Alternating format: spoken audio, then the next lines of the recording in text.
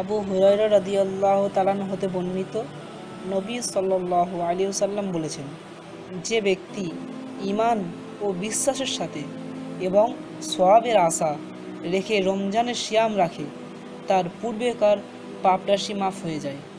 আর যে ব্যক্তি শবে কদরের ঈমানসহ নেকির আশায় কিয়াম করে, অর্থাৎ নামাজ পড়ে, তার অতীতের গুনাহসমূহ মাফ করে দেওয়া হয়।